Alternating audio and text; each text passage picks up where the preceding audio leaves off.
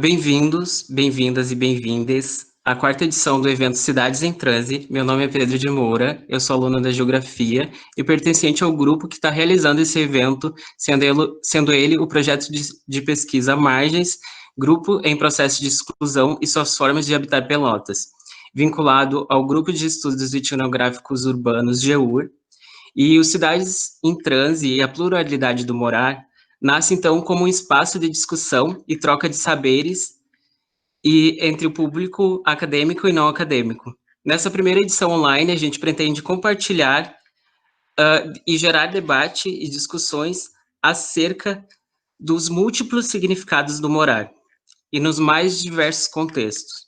Para nós, a cidade não é uma obra acabada, mas está em constante construção e reconstrução. Em fluxo, ela é formada por diferentes saberes, por diferentes concepções de mundo, nas relações, nos jogos de poder, em seus contextos específicos.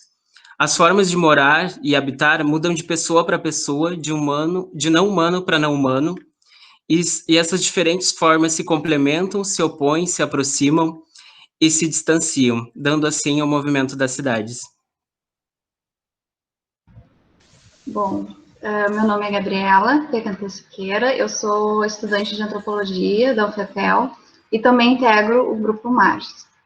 Antes eu queria informar que a presença dessa transmissão vai ser confirmada pelo preenchimento e envio da ficha de presença que está disponível lá no site do evento. Bom, a nossa mesa chama LGBTQIA+, Mulheres e o Direito à Cidade, que tem como proposta trazer um diálogo entre a necessidade de pautas que combatam as opressões vivenciadas diariamente pelas mulheres e a comunidade LGBTQIA+, e que promovam uma cidadania ao fazer a cidade, tendo como foco uma reforma urbana, o acesso desses grupos à cidade de forma democrática, onde possam ocupar todos esses espaços. Para isso, a gente tem duas convidadas muito especiais, a Mariana Barbosa de Souza e a Tuíse Silva Poverê. Bom, a Mariana é vinculada à Universidade Federal de Ponta Grossa, no qual realizou estágio pós-doutoral no programa de pós-graduação em Geografia, é doutora e mestre em Desenvolvimento Regional pela Universidade de Santa Cruz do Sul e tem graduação em Direito por essa mesma universidade. Ela é licenciada em História na Unopar e atualmente é pesquisadora, membro do Grupo de Pesquisa em Estudos Urbanos e Regionais, o GPUR, da Unisc, e do Grupo de Estudos Territoriais, o GET, da Universidade Estadual de Ponta Grossa.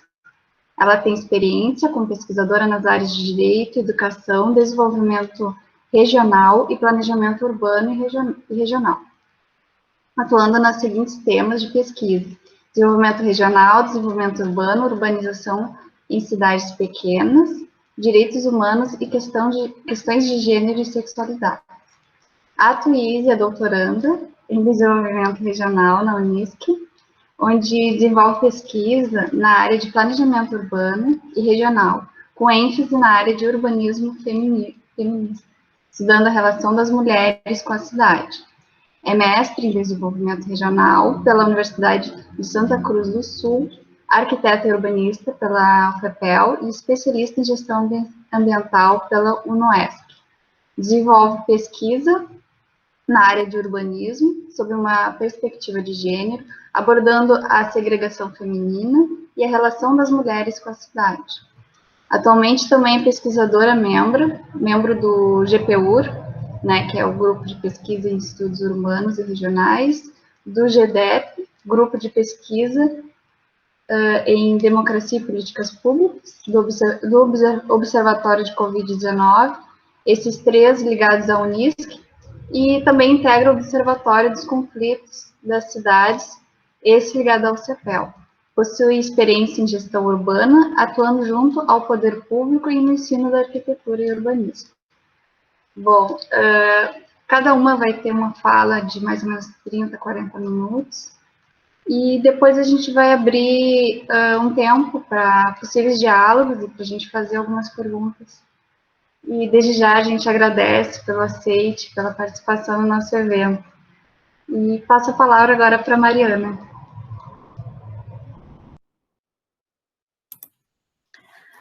Bom, então eu queria de antemão agradecer o convite para participar num evento que envolve não só o público acadêmico, mas um público não acadêmico. Eu acho que esse é um dos desafios da universidade, principalmente no atual contexto, né, de nós incluirmos pessoas que fazem parte dessa comunidade, mas que não necessariamente são ou fazem parte do público universitário, né. Então, eu queria muito agradecer o convite da Gabriela, do Pedro, agradecer também a ligação, eu acho que eu posso chamar assim, que a Marcele fez, a Marcele é mestranda em Geografia. A gente tem, eu acho que eu posso dizer isso pela TUI também, a gente tem uma ligação muito especial com a UFPEL, a TUI porque se formou na universidade, né, e eu mais particularmente pela participação no CEUR.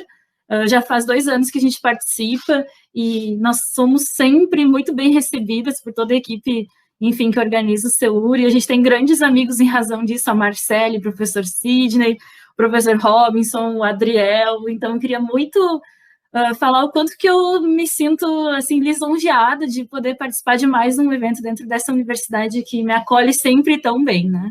Então eu vou de imediato, assim, começar a apresentação. Essa apresentação, ela faz parte de uma pesquisa que eu venho desenvolvendo, então, como a Gabi colocou, em nível de pós-doutorado na geografia. Vocês estão conseguindo ver direitinho a minha apresentação? Sim? Então, tá. E eu intitulei ela, deixa eu ocultar aqui, Direito à Cidade de Todas as Cores, a relação com pessoas LGBTQI+. A sigla eu deixei LGBTQI+, mas eu sei que existem variações, né? O próprio título da mesa inclui a letra A ali. Não é uma questão de reducionismo, enfim, eu sei que isso acaba variando, enfim, de curso para curso, de grupo para grupo. Tem pessoas que gostam de dar uma visibilidade maior para determinadas letras, digamos assim, dentro da comunidade, né? Mas apenas por uma questão pragmática, eu nomeei LGBTQI+. Eu sempre inicio as minhas falas com uma poesia, e hoje eu não vou fazer diferente, e eu escolhi uma do Paulo Leminski, que eu acho que tem tudo a ver com a nossa fala, com a mesa, né? Então, eu vou pedir licença para ler, é uma poesia, um poema que está nesse livro, né? Então, diz assim: ainda vão me matar numa rua, quando descobrirem, principalmente, que faço parte dessa gente que pensa que a rua é a parte principal da cidade. Então, eu acho que tem toda a relação com o que a gente vai discutir hoje, né, nessa mesa, enfim, com essas temáticas. Eu gosto muito de pontuar o lugar de fala, o que eu tenho, né, de onde eu falo. Então, eu faço parte da comunidade LGBTQI+, eu sou uma mulher bissexual, então eu falo deste lugar, né. Eu pretendo conversar um pouco com vocês sobre o que é o direito à cidade, qual que é a necessidade de pensar o direito à cidade especificamente para pessoas LGBTQIA+, LGBTQI+, né, e o que a academia tem produzido sobre isso. Então, eu dividi a fala em algumas partes que tratam do resgate histórico do que é o direito à cidade, o que a academia vem produzindo sobre isso, e uma última parte sobre a minha pesquisa mesmo, essa pesquisa que eu desenvolvi em nível de pós-doutorado, né? Então, o que é o direito à cidade, né? Ele está preocupado com habitar, com ocupar, com produzir, usufruir, existir e amar livremente na cidade, e é um direito de todas as pessoas. Nesse sentido, a gente vai precisar pensar em construir espaços que vão ser justos, que vão ser inclusivos, seguros, independentemente de classe, de raça, de orientação sexual, de gênero, identidade de gênero. Nós só vamos ter um direito à cidade pleno quando nós pudermos andarmos nas ruas, nas praças, com segurança para vestir o que a gente escolheu, para nos comportar como queremos e amar quem desejamos. Garantir essa cidade, então, que se mostra justa, segura, acolhedora, democrática, vai depender de ações coletivas e também de ações individuais. E, nesse sentido, denunciar qualquer tipo de violência que acontece nesse espaço de extrema importância. Porque a luta pelo direito à cidade, ela é uma luta contra qualquer tipo de forma de discriminação. O direito à cidade, então, ele é tido como um direito humano, né? Ele envolve outros direitos também, e diz respeito não só a quem hoje desfruta e usufrui do espaço urbano e da cidade, mas também diz respeito às futuras gerações. É um compromisso ético e político de defesa de um bem comum essencial a uma vida plena e digna em oposição à mercantilização dos territórios, da natureza e também das pessoas. Então, ele se relaciona com um leque aí de possibilidades e também de outros direitos, né? A sensação de insegurança, ela vai se apresentar como uma triste realidade no Brasil como um todo, e não é um direito que se mostra igual para todos, né? A gente sabe que dependendo do sexo, da orientação sexual, da identidade de gênero, as sensações de segurança vão ser diferentes, né? O medo constante também vai ser uma forma de violência. Então, quando você necessariamente precisa mudar quem você é para se sentir em segurança nesses espaços públicos, isso também é uma forma, se apresenta como uma forma de violação do direito à cidade. Eu trouxe alguns dados que o Instituto Polis catalogou, assim, organizou, digamos assim, para mostrar e reforçar algumas coisas que a gente, que vem sendo noticiadas, mas que a gente já sabe, né? A cada 1 hora, uma pessoa LGBT sofre violência no Brasil. A gente tem o número de assassinatos de pessoas LGBT que vem aumentando nos últimos anos. A expectativa de mulheres transexuais que está dentro desse contexto de 35 anos, né, enquanto a média nacional gira em torno de 75 anos, então são muitas diferenças, e eu queria chamar a atenção especificamente para mostrar como que esse tipo de violência ele acabou se acentuando, principalmente a partir das últimas eleições presidenciais, né. Então, eu queria resgatar um pouquinho do contexto histórico do direito à cidade, a expressão direito à cidade, como que surgiu, né, e como que ela é entendida. O direito à cidade, enquanto um conceito, ele foi originalmente cunhado pelo filósofo e sociólogo francês Henri Lefebvre, em 1968. Então, num período que estava... que era efervescente na França, especialmente, né, por um movimento iniciado pelas juventudes engajadas na luta por direitos civis, por liberação sexual, por oposição ao conservadorismo, e também uma crítica ao Vietnã, entre outras realidades, né. O Henri Lefebvre, ele escreveu o Direito à Cidade como um manifesto e uma homenagem ao centenário da obra O Capital de Karl Marx. Então, dentro desse contexto, o direito à cidade, ele vai surgir com um viés marxista, ou neomarxista, como alguns gostam de dizer, né, mas vai pensar também toda essa questão da disputa de classes, né. No Brasil, esse conceito ele chegou relativamente rápido, devido à tradução que se deu já no início dos anos 70, dos anos 1970, e ele teve um pouco um abrasileiramento, digamos assim. Aqui no Brasil aconteceu, então, uma ressignificação dessa noção do direito à cidade, a partir de demandas concretas por habitação, por equipamentos urbanos, por infraestrutura e transporte, principalmente porque já nesses anos 1970 havia uma grande parte da população brasileira que vivia em condições urbanas muito precárias. Não que isso seja diferente, né?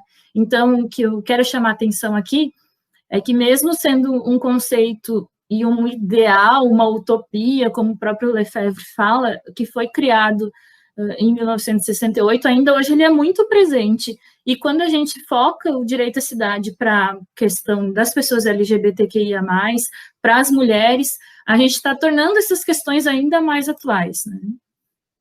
O direito à cidade, na legislação brasileira, ele surgiu do capítulo da política urbana na Constituição de 1988, e depois, mais especificamente, a partir do Estatuto da Cidade. O artigo 2º do Estatuto da Cidade prevê, então, a garantia do direito a cidades sustentáveis, entendido como o direito à terra urbana, à moradia, ao saneamento ambiental, à infraestrutura urbana, ao transporte e aos serviços públicos, ao trabalho e ao lazer, para as presentes e futuras gerações. E aí eu queria chamar aqui a atenção para como essa legislação, que aí já vai completar 20 anos ano que vem, ela se mostrou extremamente inovadora do ponto de vista jurídico, porque em termos de América Latina, ainda existem muitos países que não têm a previsão do direito à cidade no seu ordenamento jurídico. E eu queria dar como exemplo a Colômbia, que tem tido várias ações que postulam direito à cidade via judicial. Então, alguns autores colombianos estão chamando o direito à cidade de um direito emergente, porque se relaciona com outros direitos também, né? Eu trouxe também, ainda do Instituto Polis, que é uma organização que tem mais de 20 anos e pensa também o direito à cidade, alguns documentos que eles elencam como documentos e fontes interessantes para se pensar o direito à cidade, né? Então, a gente tem a Carta Mundial pelo Direito à Cidade, que foi um documento produzido a partir do Fórum Social Mundial Policêntrico. O Direito à Cidade no Mundo é um documento que veio já da Coalizão Internacional do Habitat em 2008, a Carta da Cidade do México pelo Direito à Cidade, de 2011, Direito à Cidade para Todos, que foi produzido durante a Conferência da ONU Habitat, em 2016, a Nova Agenda Urbana, da Organização das Nações Unidas, de 2016 também, um Manifesto pelo Direito à Cidade das Mulheres, aí são documentos que tem, né, uma versão que são acessíveis dentro do site do Instituto Polis, mas, enfim, esse específico, Manifesto pelo Direito à Cidade das Mulheres, eles vão tratar, inclusive, da questão das moradias, da questão da segurança, da questão do ir e vir das mulheres, o enfrentamento às mudanças climáticas através dos direitos humanos relativos ao habitat e ao direito à cidade, né, de 2019, são documentos recentes, e ainda um paper produzido pela Plataforma Global pelo Direito à Cidade para o Congresso Mundial da CGLU, Cidades e Governos Locais Unidos, também de 2019. São documentos bem recentes que mostram também que essa é uma discussão relativamente nova, né? Eu queria apresentar, a partir disso, assim, a partir de um conceito de uma contextualização histórica, como que eu organizei a minha pesquisa. Então, a minha pesquisa foi sobre o direito à cidade de pessoas LGBTQI+, em Ponta Grossa, no Paraná. Essa pesquisa ela foi desenvolvida no programa de pós-graduação em Geografia da Universidade Estadual de Ponta Grossa. Eu recebi uma bolsa PNPD-CAPES para desenvolver essa pesquisa, né? Ela começou em abril de 2019, foi concluída agora em março de 2020, e foi supervisionada pelo professor Dr. Márcio José Ornati. Eu tive a ideia, assim, para tornar um pouco mais clara a pesquisa, né, em dividir em 3 partes. Então, a primeira parte e a segunda, elas são relacionadas a como a academia brasileira pensa o direito à cidade. A primeira parte, especificamente sobre artigos que versam sobre o direito à cidade dentro da geografia, a segunda parte sobre dissertações e teses, que são sobre direito à cidade num contexto geral, e a última parte eu queria trazer um pouco dos dados que eu consegui coletar e, de certa forma, analisar uma parte deles, né, com pessoas LGBTQI+, em Ponta Grossa. É claro que eu não consigo apresentar todos os dados, principalmente os dados empíricos de Ponta Grossa, porque são muitos dados, alguns deles eu ainda nem consegui analisar de forma concisa, mas eu realizei entrevistas em profundidade em Ponta Grossa, com o público LGBTQI+, e usei também o Google Forms, os formulários, para também conseguir acessar esse público, né, de uma forma, assim, mais, em uma maior escala. Então, a ideia é conversar um pouquinho sobre essas 3 partes da pesquisa, né.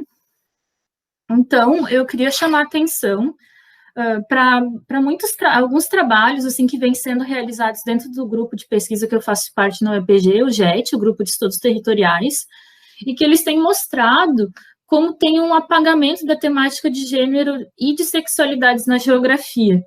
A Tamires César e o Wagner Pinto, em 2015, esse é um artigo publicado por eles mostraram que de 13.990 artigos publicados na geografia, somente 0,3% discutiram geografia e sexualidades.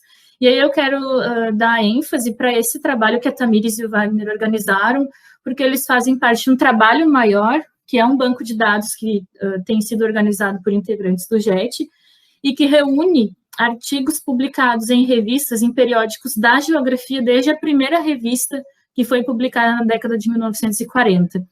Então, quando eu analiso os artigos da geografia, são artigos que eu consegui buscar, que o Wagner conseguiu buscar para mim dentro desse banco de dados. Quando eu fui buscar esses artigos, então, sobre direito à cidade, eu me deparei com 57 artigos existentes dentro desse universo do banco de dados, né, dentro de artigos publicados na área da geografia. Desses 57 artigos, só 3 deles relacionavam a temática com gênero ou com sexualidades, né? Então, que pensavam o direito à cidade a partir das questões de gênero e a partir das questões de sexualidades. E me causou um certo espanto, assim, uma certa surpresa, que 2 desses 57 artigos não mencionam Henri Lefebvre.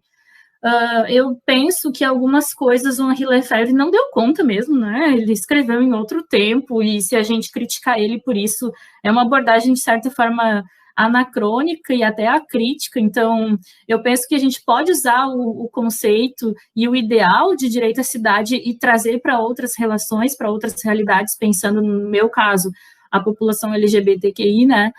QI+, mas é meio estranho não citar quem criou o conceito em si, né? Então, eu chamei atenção para isso também. Desse total, então, de 57 artigos, são 3, esses 3 que eu apresento aqui.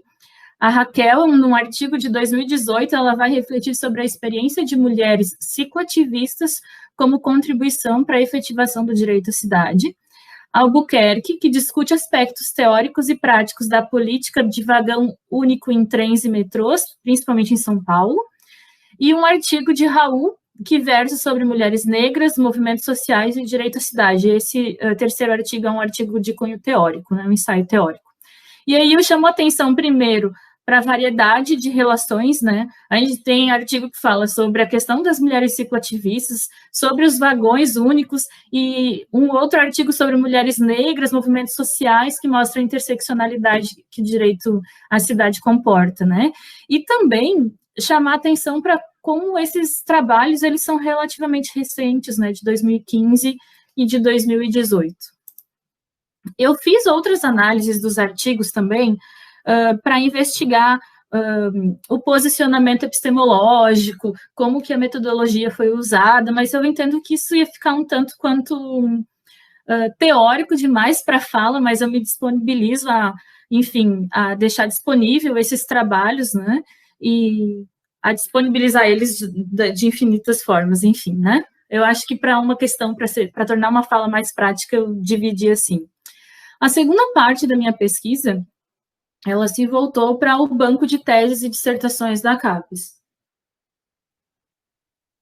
O banco de teses e dissertações da CAPES, ele reúne trabalhos, dissertações e teses que foram publicadas de 1987 até 30 de julho de 2018. Então, como que eu fiz? Eu me deparei com um problema. Primeiro, que para usar o termo, para buscar os trabalhos, pela língua portuguesa, direito à cidade, o A é sempre com crase. Só que tem muitos trabalhos que foram cadastrados no banco sem a crase. Então, eu tive que fazer 2 buscas, direito à cidade com crase e direito à cidade sem crase, para chegar num total de 646 trabalhos. Então, hoje tem, dentro do banco de teses e dissertações da CAPES, 646 trabalhos que versam sobre direito à cidade. E aí eles se concentram em 3 principais áreas. A principal área que possui trabalhos sobre direito à cidade é o direito, né, dentro de programas de pós-graduação. Depois, programas de pós-graduação em geografia, com 110 trabalhos. E, em terceiro, programas da área da arquitetura, com 73 trabalhos. Eu também separei, enfim, um percentual por tipo de produção. A maioria desses trabalhos vão ser dissertações de mestrado, né, 77%, totalizando 77%. Algumas monografias foram encontradas também, porque no banco também constam alguns trabalhos de especialização, enfim, né, de pós-graduação mesmo.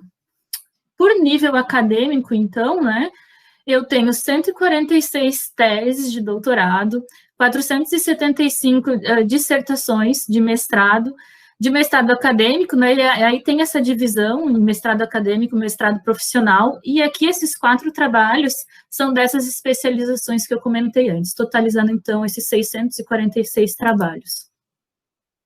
Também organizei esses trabalhos por regiões, né, vai ter uma concentração significativa de trabalhos sobre direito à cidade produzidos na região sudeste, e eu penso que isso se justifica pela concentração mesmo dos programas de pós-graduação, porque a interiorização dos programas de pós-graduação no Brasil, ela é relativamente recente, né?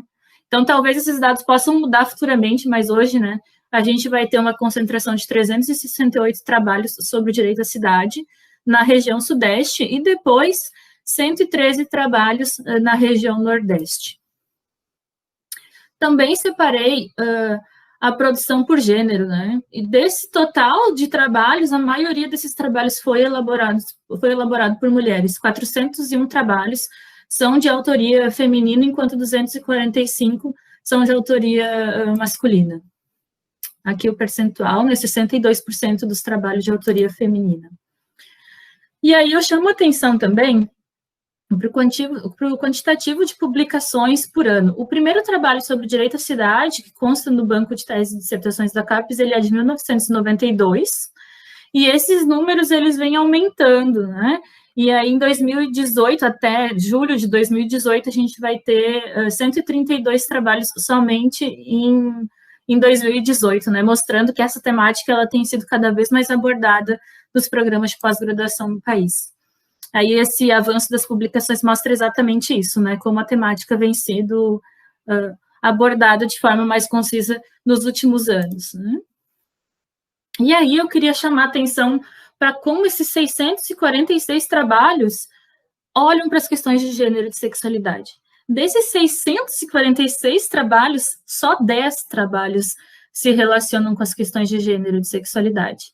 Desses 10 trabalhos, um trabalho somente trata da população LGBTQIA+, que é o trabalho de Souza, que foi produzido no mestrado em Geografia da UFG, e é intitulado O Espaço que Ousa Dizer Seu Nome. Territórios GLTBs, então ele está dando ênfase aí, né, para o grupo gay, GLTBS de Goiânia. Então, é uma dissertação de 2005. Outros 9 trabalhos, eles versam especificamente, desse total de 10 que eu encontrei, sobre questões de mulheres. Aí eu destaquei 2 trabalhos desses 9. Esse trabalho de Bartolin, de 2017, que é o único trabalho desses 10 que eu não consegui acessar, porque ela não autorizou a divulgação do trabalho, então você entra no repositório e não está autorizado o trabalho. Eu não sei porque ela foi bolsista CAPES, isso até me causou um certo espanto. É um trabalho que versa sobre mulheres imigrantes e está no repositório, ele consta como no repositório do programa de mestrado em Direito da Mackenzie, São Paulo, né? E o outro trabalho que eu queria destacar é esse trabalho de Duarte, de 2018, que é um trabalho produzido por um homem,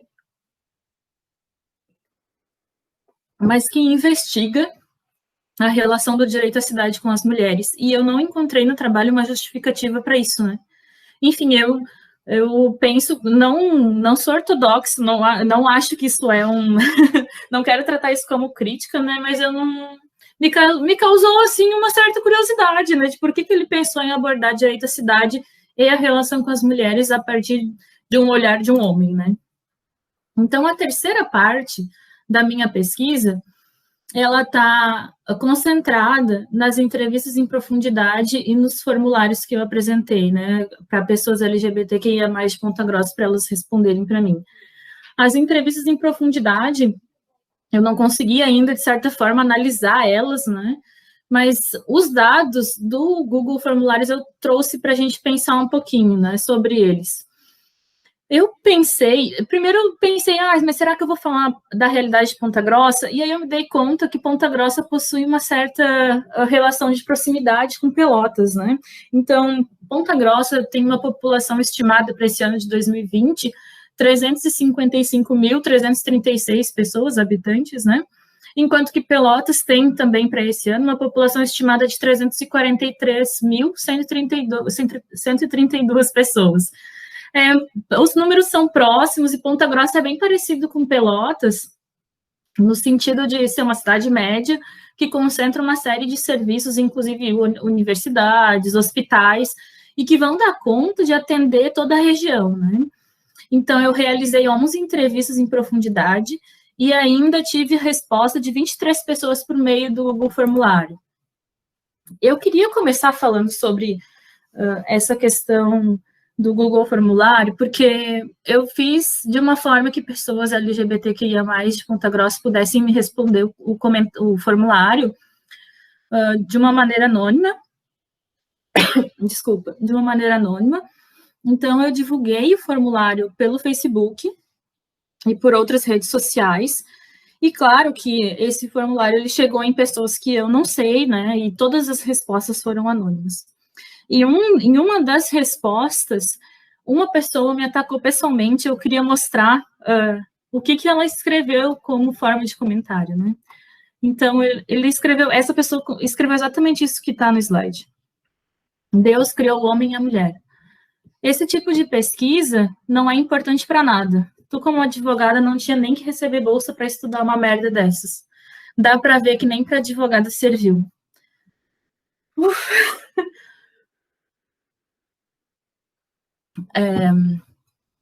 Eu tenho acompanhado, assim, os trabalhos sobre sexualidade, gênero, e depois desse acentuamento desse neoconservadorismo que toma conta de diferentes frentes no Brasil, muitas pessoas que pesquisam essas temáticas têm sido atacadas, né? E, claro, eu não fui diferente disso. Então, eu quis trazer esse comentário aqui para mostrar que a gente não se entrega para as coisas, não.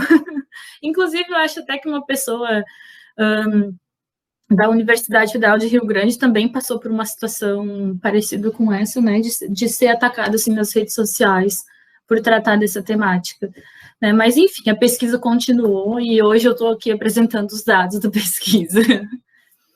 Então, em relação à idade, 43,5% dos meus respondentes, eles possuem entre 18 e 25 anos de idade. No que diz respeito à raça, 91% se declarou branca. Em relação à religião, mais da metade declarou que é ateu, ateia ou sem religião. Em relação à escolaridade, a maioria cursa pós-graduação, e aí eu queria justificar esse número porque eu consegui acessar essa população principalmente dentro da universidade, dentro da UEPG, e 56,5% possuem uma renda familiar que varia entre 2 e 5 salários mínimos, né? 47%, quase a metade, identificou-se como sendo do gênero masculino, 43% são do gênero feminino, e 8,7% são pessoas não binárias.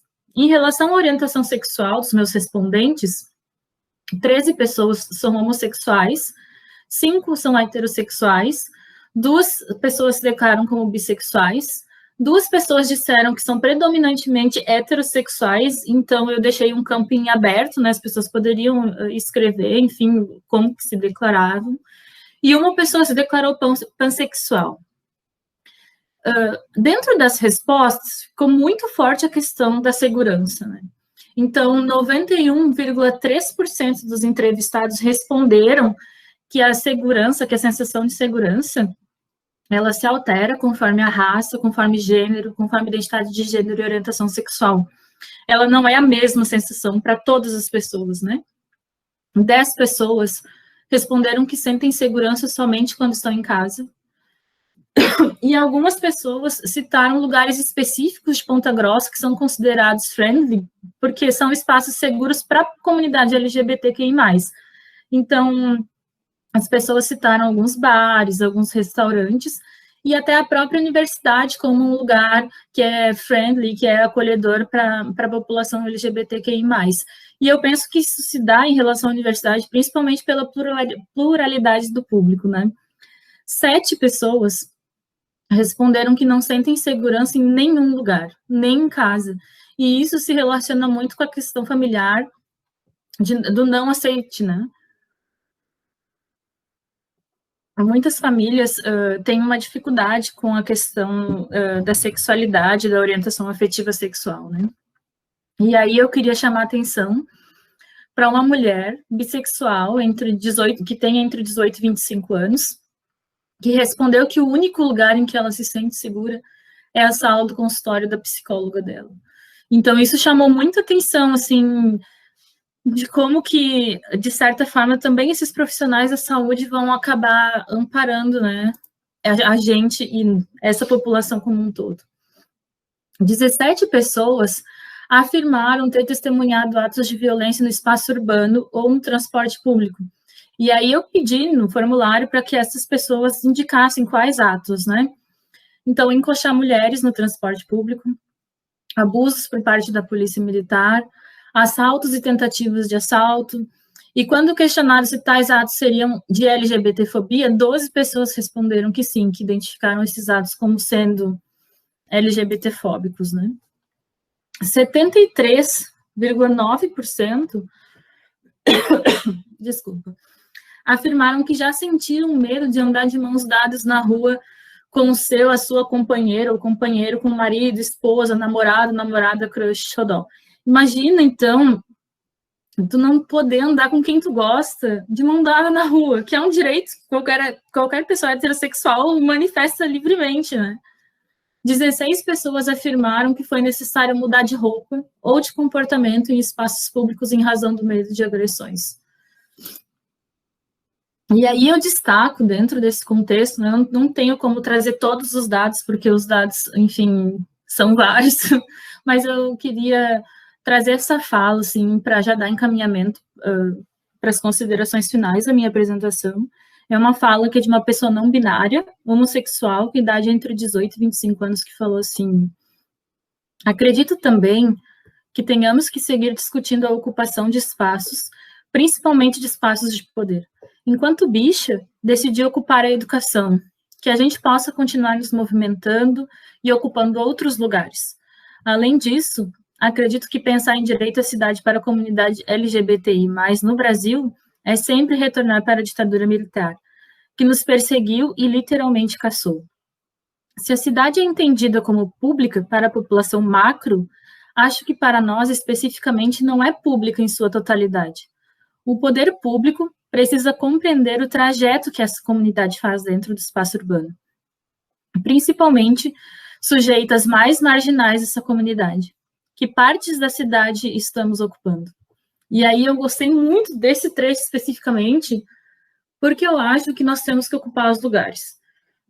Eu sempre faço questão, quando eu vou fazer uma fala sobre isso, ou que se relaciona com a população LGBTQI+, em geral, ou quando eu estou dando aula na universidade, ou quando eu estou fazendo qualquer ação dentro da universidade mesmo, de ressaltar que eu sou uma mulher bissexual, que eu não passo por agressões e por preconceitos que grande parte da população LGBTQI+, passa, porque a minha corporalidade, ela pode passar como de uma mulher heterossexual, mas que ainda assim eu ocupo um espaço, e eu acho que esse espaço ele deveria ser de todos, de todas e de todas, né? Então eu faço muita questão de deixar isso bem claro, assim, nas falas, né?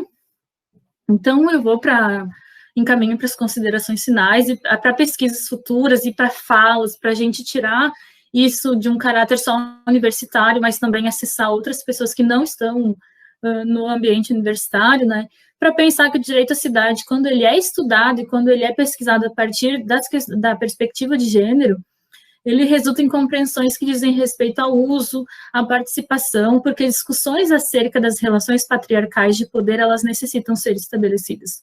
A gente tem que discutir o patriarcado, o machismo e como isso se relaciona ao direito à cidade.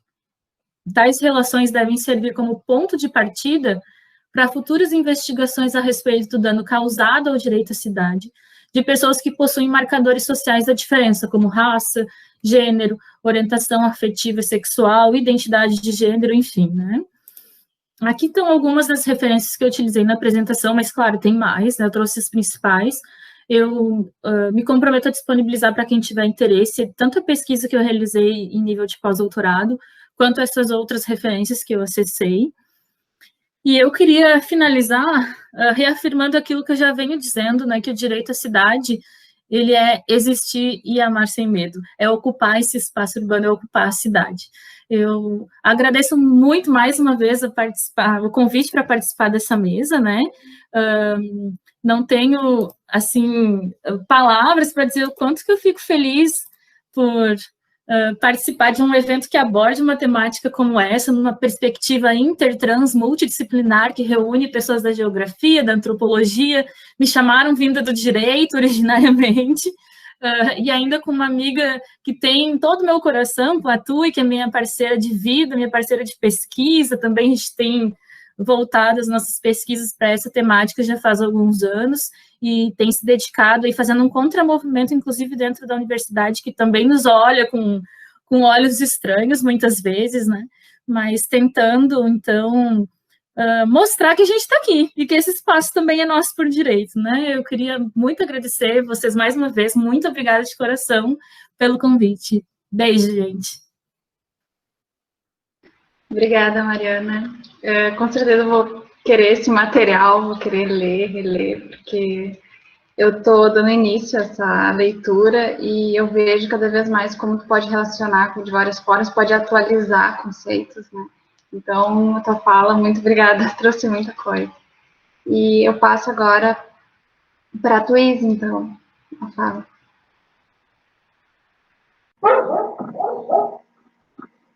Então, eu sempre para mim é um desafio e uma honra falar depois dele, né? Porque a pesquisa dela, a abrangência, a maneira como ela coloca e a pessoa que ela é, são motivos de grande admiração minha, né? O Babá, minha amiga aqui. Como ela disse, nós somos parceiras de vida, de pesquisa, de longa data. Né? E isso acho que se reflete toda vez que a gente fala juntas, e eu acho que a pesquisa dela tem grande influência na minha, e eu acho que isso é recíproco, né? Eu acho que a gente tem uma troca legal dentro desse coisa. Eu queria também agradecer imensamente pela participação, para mim é uma grande honra. A temática, né, do direito à cidade é a temática que me move tanto nas minhas pesquisas acadêmicas quanto na minha vida profissional. Eu tenho uma trajetória profissional voltada ao serviço público, ao urbanismo e à busca, né, por uma efetivação do direito à cidade a partir do urbano, né, da modificação da legislação, dos planos. O meu lugar de fala, né, como mulher, como arquiteta urbanista, como uma mulher arquiteta urbanista mãe, e que trabalha, eu já trabalhei em diversas cidades, diversos lugares no poder público, e é sempre um grande desafio.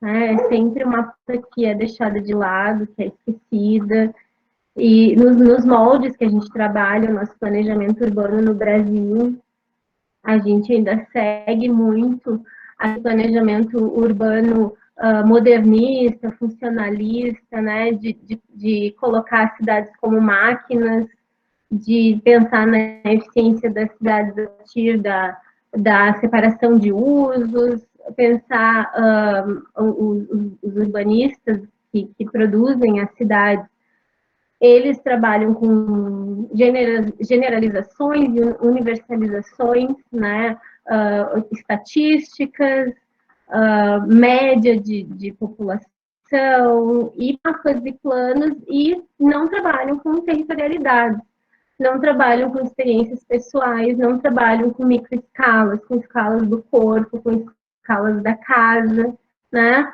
Acabam trabalhando sempre com grandes generalizações e a gente está cansado de saber que não correspondem à realidade, né? Então, falar sobre isso, trazer esses assuntos, os assuntos que vocês estão tratando nesse encontro, nos grupos de pesquisa, né? O assunto que a Mari traz, é um grande prazer para mim saber que isso tem sido falado, que essas reflexões têm sido provocadas, né? E que a gente tem cada vez mais interesse dentro e fora da academia sobre esses assuntos. Eu sou uma mulher que eu tenho 42 anos, eu estou fazendo doutorado, então eu resolvi, embora seja professora há muitos anos, eu resolvi estudar de novo, depois de muito tempo no mercado, enfim, trabalhando como arquiteta, trabalhando como urbanista, e a minha vivência da cidade, o que eu observei como arquiteta urbanista, me moveram a buscar essas temáticas dentro da academia.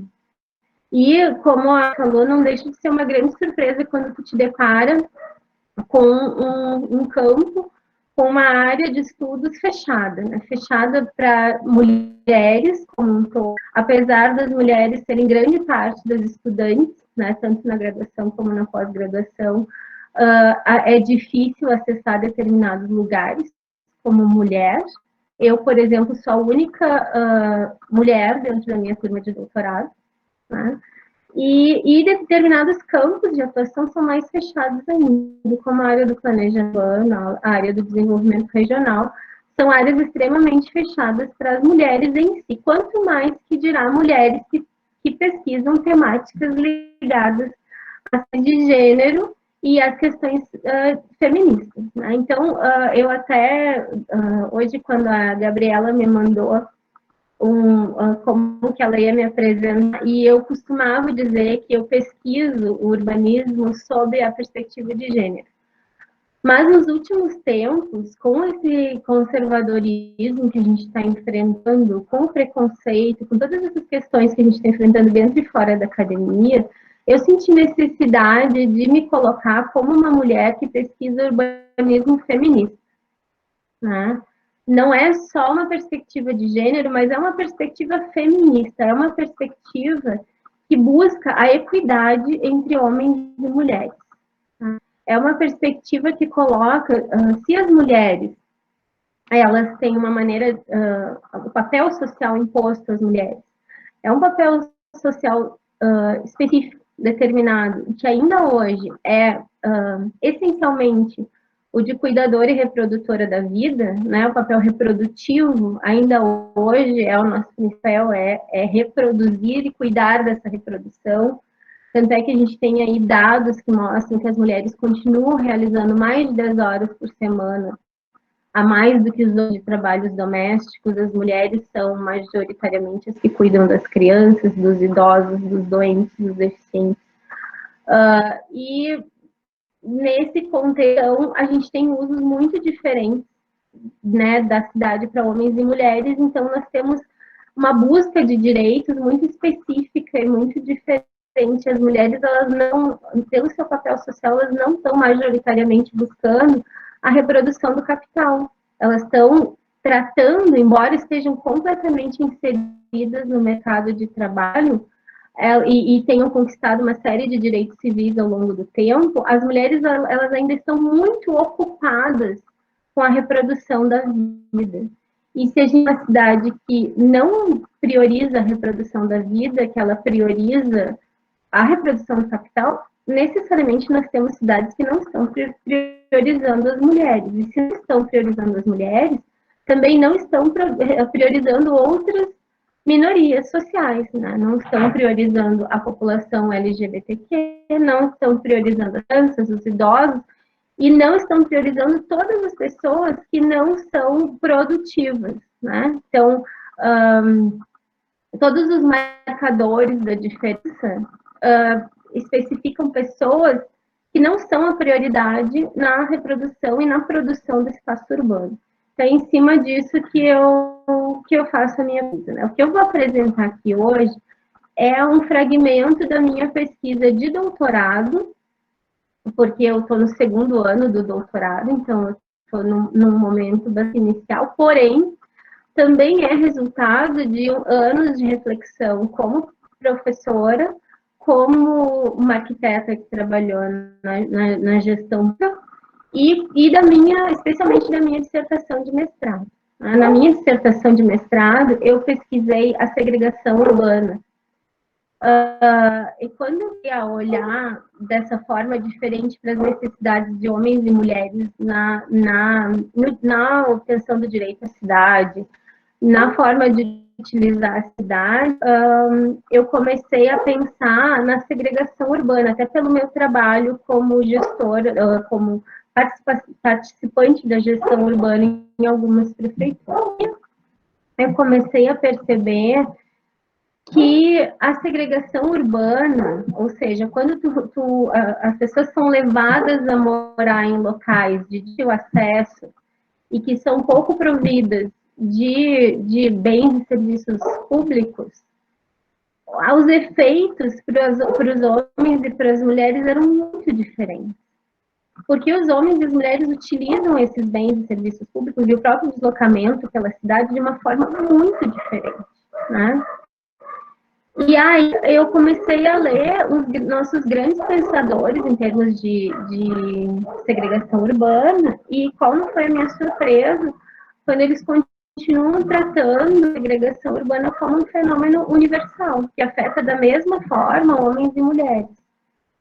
Inclusive, o Vilaça, que é um grande nome, tem o livro, né, Segregação Urbana no Brasil, que é na época, ele é um livro de 2001, foi um livro inovador, né, foi um livro que tratou a segregação, né, de uma maneira muito complexa, muito completa. Lá dentro desse livro, o Vilaça fala uma frase que ele diz assim, o único deslocamento relevante para estudar a segregação urbana no Brasil é o deslocamento pendular casa-trabalho. Todos os outros deslocamentos são secundários. E se tu pensar que o deslocamento casa-trabalho na vida de uma mulher é secundário, que muitas vezes, na maior parte das vezes, principalmente quando essa mulher ocupa o papel de cuidadora, ela desempenha um deslocamento orgânico, poligonal, como diz a Madariaga.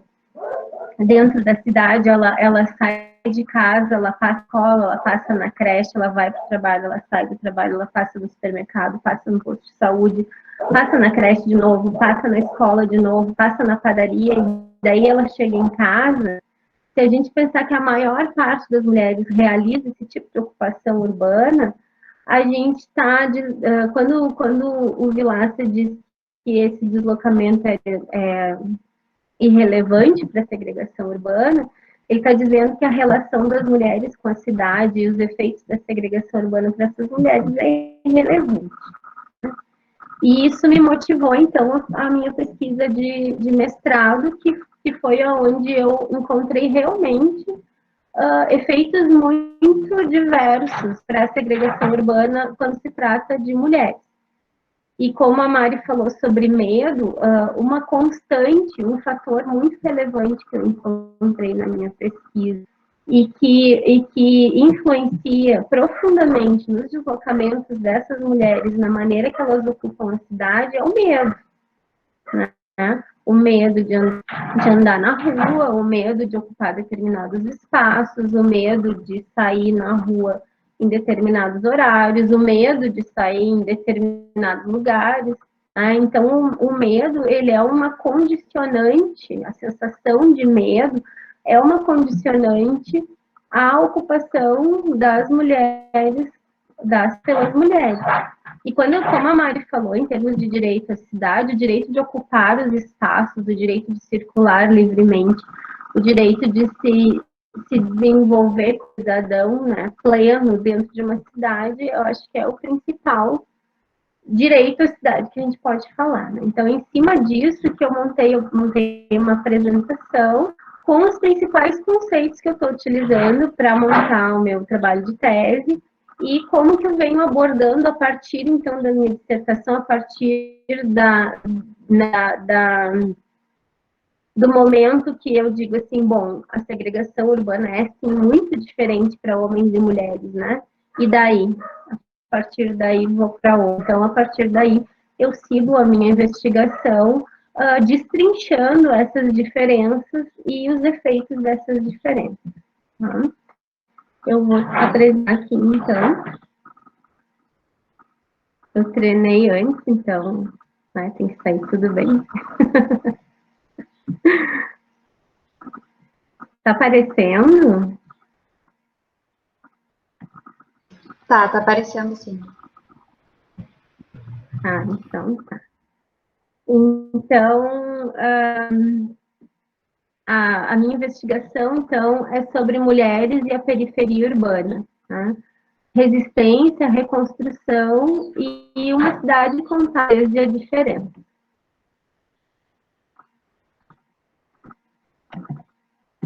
Eu me identifico, então, como uma mulher, mãe, feminista, geminiana, militante. Acho que isso é uma parte importante do meu trabalho acadêmico, ressaltar que eu sou uma militante pelo feminista, né, pelos direitos das mulheres, arquiteta urbanista, acadêmica, pesquisadora, doutoranda, professora, cantora de chuveiro, amante da vida e das pessoas. Nesse texto de pandemia, né, que a gente está trabalhando de casa e os nossos filhos estão em casa, meu companheiro de doutorado é o meu filho, tem 9 anos, está ali na foto, e ele tem sido, então, uma criança compreensiva e caridosa para enfrentar a jornada de ser mãe dele. Desde o doutorado, desde o mestrado, eu leio sempre essa poesia da Cora Coralina, porque eu acho que tem a ver com a minha motivação de pesquisa e com a pesquisa que eu faço, investigando a vida de mulheres diversas, né, mulheres diferentes. Então, eu vou ler para começar a minha fala. Vive dentro de mim uma cabocla velha, de mal olhado, acocorada do bom, olhando para o fogo, bem de quebranto, bota feitiço, ogum, orixá, macumba, terreiro, ogã, pai de santo. Vive dentro de mim a lavadeira do Rio Vermelho, seu cheiro gostoso d'água e sabão, rodilha de pano, trouxa de roupa, pedra de anil, sua coroa verde de São Carlos. Vive dentro de mim a mulher cozinheira, pimenta e cebola, quitute bem feito, panela de barro, taipa de lenha, cozinha antiga toda pretinha, recheada de picumã, pedra pontuda, com buco de coco, pisando alho e sal. Vive dentro de mim a mulher do povo, bem proletária, pinguaruda, desabusada, sem preconceitos, de casca grossa, de chinelinha e filharada. Vive dentro de mim a mulher roceira, enxerto da terra, meio casmurra, trabalhadeira, madrugadeira, analfabeta, de pé no chão, bem parideira, bem criadeira, seus 12 filhos, seus 20 netos. Vive dentro de mim a mulher da vida, minha irmãzinha, tão desprezada, tão murmurada, fingindo alegre seu triste fado. Todas as vidas dentro de mim, na minha vida, a vida mera das obscuras. Então, eu começo a minha fala dizendo que as cidades são mosaicos, né, como a gente já vinha falando, que retratam fragmentos de diferentes realidades sociais e elas são distribuídas de forma desigual no espaço ao longo do tempo. Então, nas nossas cidades, a gente tem espaços diferentes que foram construídos em épocas diferentes e isso está misturado, né, no espaço urbano. O espaço, por sua vez, é constituído de forma relacional entre conflitos e dinâmicas de poder, onde as relações de inclusão e exclusão se entrecruzam em diferentes escalas nos meios subjetivos, das subjetividades humanas e também nos meios materiais, nos meios de vida. Se a sociedade que a gente vive, em termos de Brasil e América Latina, é uma sociedade de predominância capitalista e heteropatriarcal, consequentemente, a gente pode considerar que o espaço que se dá a partir das dinâmicas dessa sociedade é um espaço urbano, capitalista e heteropatriarcal. Porém, se a cidade é um espaço apropriável, a partir da nossa vida cotidiana, a partir do nosso dia a dia, a gente se apropria e transforma um espaço conforme as nossas necessidades e crenças, a gente pode se dizer também que esses espaços, além de serem submetidos a essa lógica dominante, ele também existe a partir de resistências e reações. Se as construções simbólicas de gênero, que obedecem uma lógica binária e patriarcal, heterossexual, branca e produtiva, se essas construções apresentam papéis diferentes para homens e mulheres, é óbvio que homens e mulheres ocupam o espaço urbano de maneira diferente. A produção do espaço urbano, no Brasil especificamente, se constrói a partir de profundas desigualdades sociais. a segregação urbana é um problema muito forte no Brasil, um problema profundo e de difícil solução. As cidades que resultam dessas dinâmicas não dão conta de proporcionar justiça espacial e cidadania a todos os seus habitantes. E assim não conseguem ir em direção à consolidação do direito à cidade. A segregação urbana, então, ela é a maneira com que esse desigual se materializa no espaço, né? O Vilaça fala que os mais pobres, eles são levados a ocupar porções da cidade menos distantes do capital. Então, a população mais pobre é levada a morar em ocupações, em bairros mais baratos, em conjuntos habitacionais financiados por políticas públicas habitacionais. E esses espaços, normalmente, eles não são tão pelo poder público de serviços e bens urbanos, né? Geralmente são espaços mais afastados dos centros urbanos, muitas vezes de mais acesso, e muitas vezes espaços que não contam com a infraestrutura urbana básica de postos de saúde, escolas, creches, que dirá espaços de lazer, espaços públicos que possam ser utilizados para a cultura, para o lazer, para a educação. Por outro lado, então, numa perspectiva relacional, esse mesmo espaço que é subjugado dessa forma pela política pública, ação do Estado, pela especulação imobiliária, pela ação do capital, ele também é formado pela realidade do território, né? Pelas pessoas que moram nesses espaços. Então, essas pessoas, elas acabam muitas vezes desafiando, né, essa produção da cidade e indo além e transformando esse espaço a partir da sua vida cotidiana, a partir do seu corpo, a partir da sua maneira de se apresentar à sociedade. E aí essas pessoas conseguem configurar uma cidade mais orgânica e heterogênea que surge a partir da diversidade e não da universalidade. Se a gente considerar que a habitação digna é um dos direitos humanos fundamentais, presente na Declaração Universal dos Direitos Humanos da ONU e garantido pela nossa Constituição Federal a todos os brasileiros, a gente é levado a refletir sobre o conceito de habitar e o conceito de direito à cidade, né? E a partir daí, então, o conceito de habitar e de direito à cidade especificamente para as mulheres segregadas que são pessoas que conseguem acessar menos ainda esses direitos, né? Então, partindo de uma leitura muito inicial, muito simplificada do direito à cidade do Lefebvre, abre um caminho, então, para a gente olhar como é que as mulheres se relacionam a partir daí a segregação urbana feminina.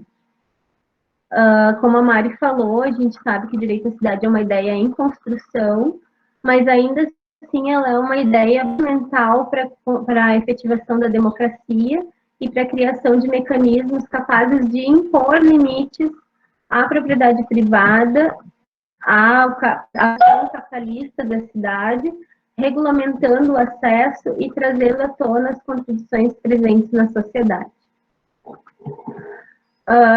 Então, Lefebvre, o direito à cidade seria a subversão do instituído pela produção de um outro espaço e a possibilidade de construção de uma outra sociedade. Então, o direito à cidade é em si, o direito à diferença, ou olhar muito além dessa homogeneidade proposta principalmente pelo planejamento urbano, que vem ao encontro da produção não nova da cidade e da perspectiva de gênero para os estudos urbanos. O Estado, como eu já falei, tem uma tendência a universalizar as problemáticas sociais e a ação do Estado a partir do planejamento urbano, das legislações, das normas, acaba agindo nesse sentido, né, de apagar determinadas vozes, especialmente hoje, que a gente tem uma retomada, então, de um regime neoliberal ultraconservador, que por si só prioriza, né, a reprodução do capital, prioriza o dinheiro e prioriza aquela construção irreal, né, de que as pessoas são todas iguais, as famílias são todas iguais, mulher é sempre de um jeito, homem é sempre de um determinado jeito, e isso acaba deixando de lado a perspectiva do território e origina políticas públicas que não dão conta de trazer, de efetivação desse direito à cidade.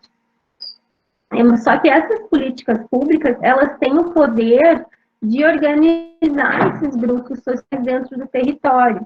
Né? São as políticas públicas, dependendo de como elas se orientam, elas podem gerar espaços mais agregadores ou mais agregadores. Elas podem gerar uma cidade mais excludente ou mais inclusiva, porque ela vai reger a distribuição dos grupos sociais no espaço.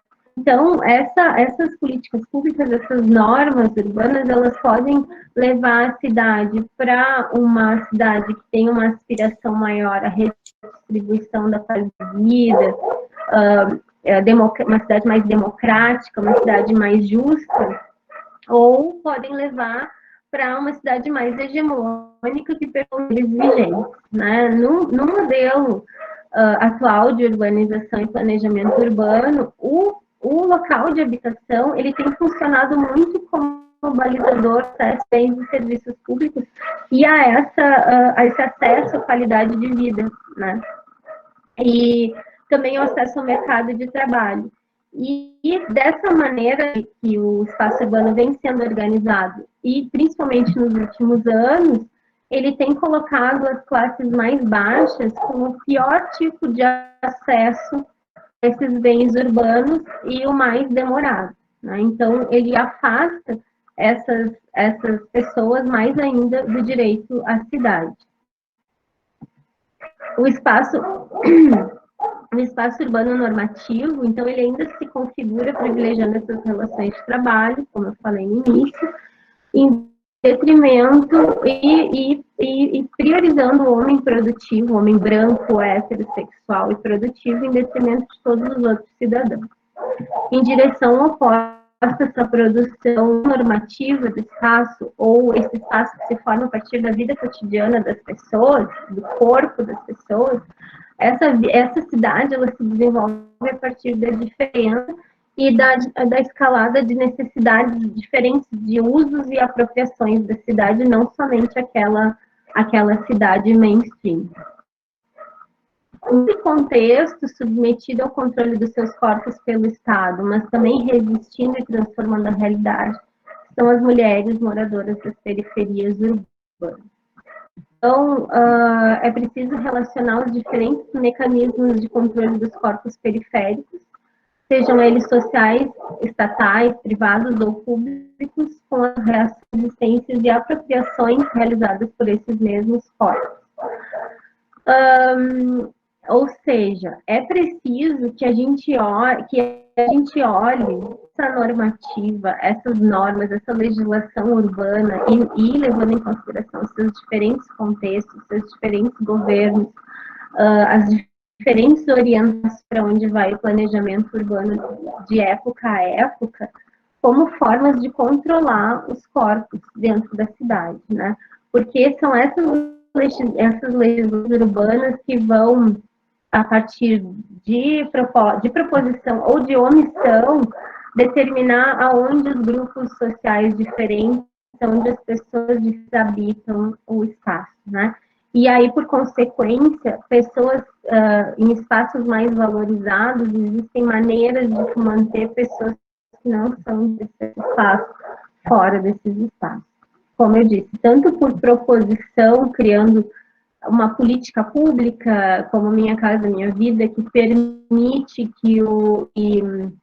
um município determine o lugar onde vai ser construído o conjunto habitacional e, a partir daí, escolha aquele terreno mais barato e que não vai influenciar, não vai desvalorizar, entre aspas, uma área mais rica, com uma paisagem e tal, porque as pessoas não querem que essas pessoas apareçam, que as pessoas pobres, que as pessoas diferentes apareçam em determinados lugares. É um Estado que pode direcionar isso, e é também um Estado que pode simplesmente se omitir em realizar, em adotar mecanismos que pudessem trazer essa democracia e esse uso mais diverso do espaço.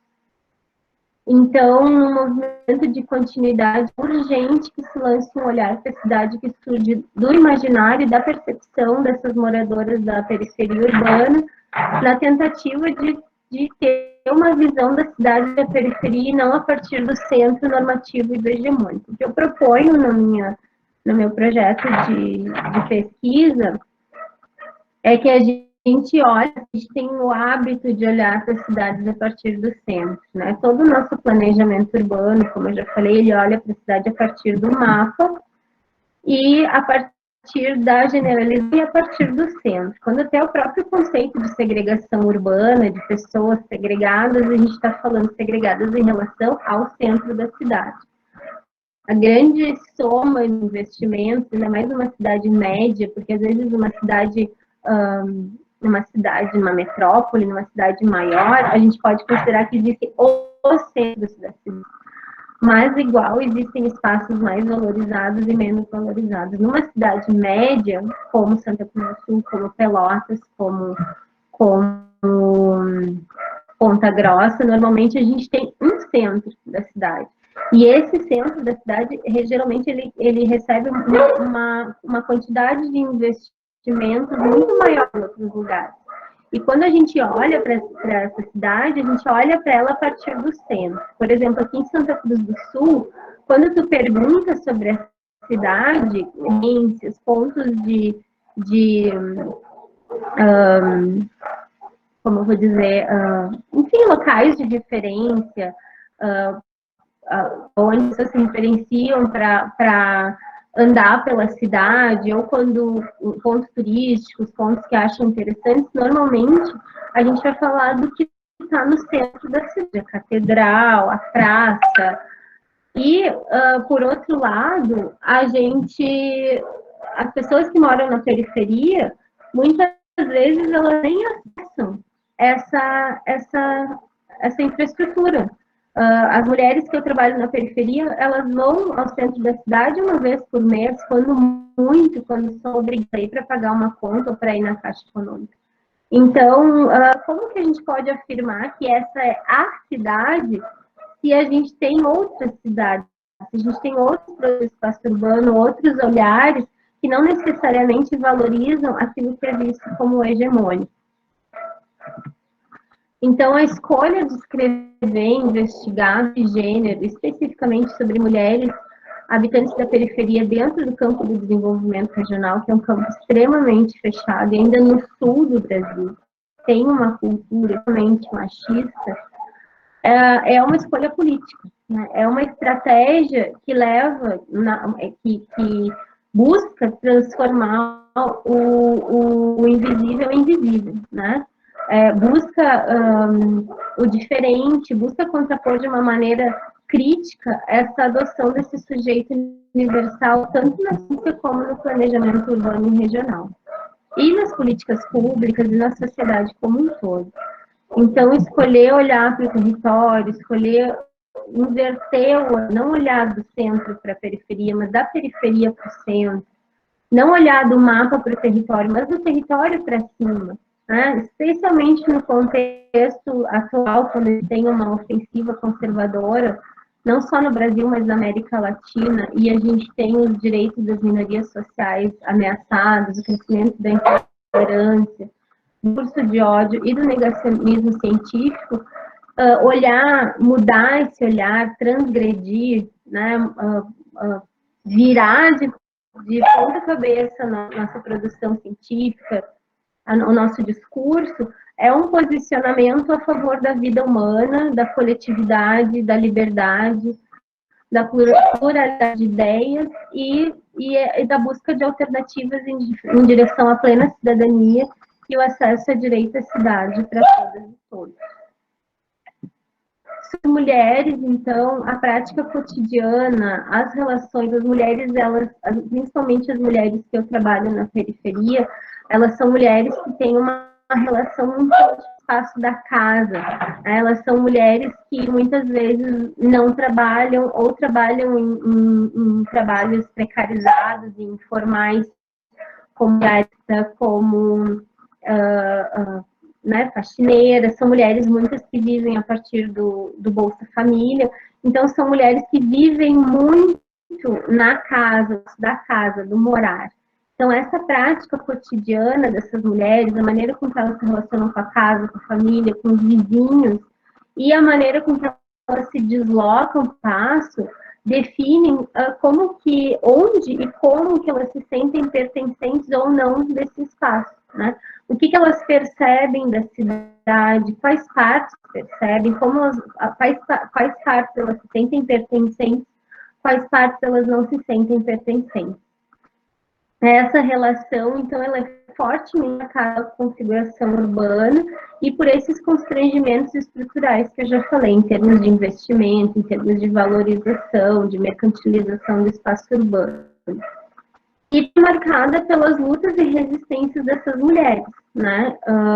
Que não são simplesmente passivas, que não simplesmente aceitam essa condição, efetivamente mudam e resistem. Eu tenho um exemplo bem claro dessas mudanças e resistências num dos conjuntos habitacionais que eu trabalho aqui em casa, Minha Vida, na periferia.